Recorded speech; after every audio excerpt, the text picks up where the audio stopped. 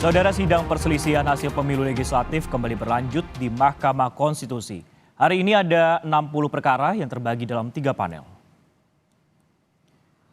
Sidang PHPU legislatif dimulai pada pukul 8 waktu Indonesia Barat tadi.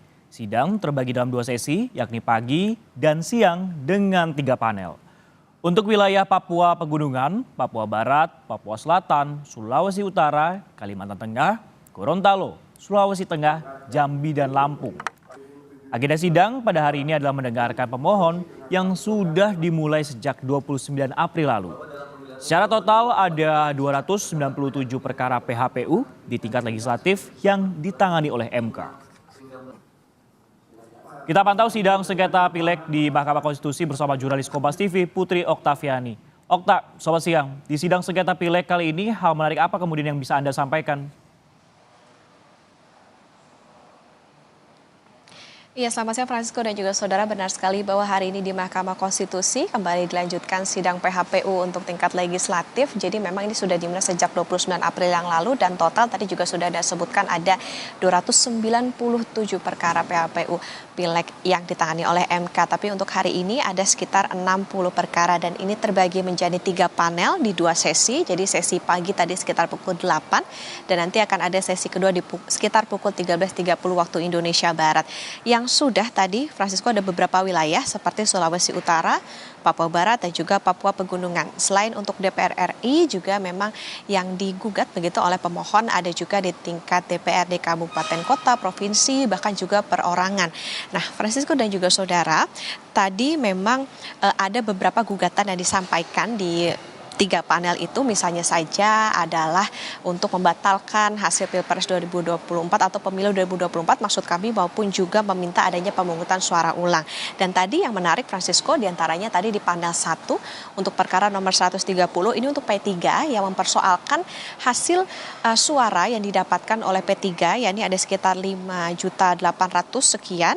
Ini yang tadi diharapkan agar tidak menjadi suara terbuang. Kenapa? Tadi diwakili oleh pengacara yakni Iqbal Tawakal Pasaribu dan Ahmad Leksono, disampaikan bahwa suara sah secara nasional untuk parpol ini kan ada sekitar 151,7 juta. Artinya dengan ambang batas parlemen sekitar 4%, artinya setiap parpol ini paling tidak harus punya sekitar 6 juta lebih suara untuk bisa punya kursi di DPR.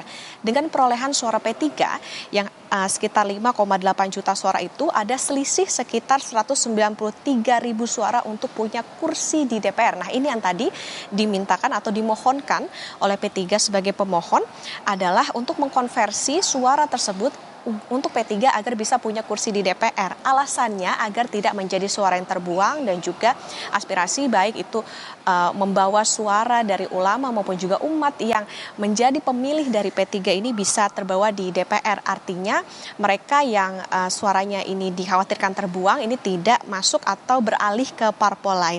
Menurut P3 juga, Francisco dan juga saudara, putusan untuk membatalkan ambang batas parlemen 4% setelah pemilu 2024 ini juga dianggap tidak adil. Kenapa? Karena artinya di pemilu ini mereka harus tetap mematuhi aturan bahwa setiap parpol yang ingin punya atau akan punya kursi di DPR ini adalah yang memenuhi parliamentary threshold 4% tersebut. Nah, tadi Francisco juga yang sangat disayangkan sebetulnya ini dalam persidangan PHPU Pileg di MK di panel 3 tadi sempat Hakim MK Saldi Isra sempat menegur ada salah satu yang telat begitu dalam persidangan dan ini juga cukup dianggap mengganggu. Bahkan tadi Saldi Isra sempat berkelakar bahwa siapapun yang telat apakah di persidangan selanjutnya ini diminta untuk push up saja. Nah, ini yang tadi juga menarik bahwa memang tentu ini harus diperhatikan oleh para peserta dalam sidang PHPU di MK bahwa harus bisa mengikuti jalannya sidang. Tapi tadi tetap perwakilan dari caleg PKB ini tetap diperbolehkan untuk mengikuti sidang. Kira-kira itu Francisco, dan tadi juga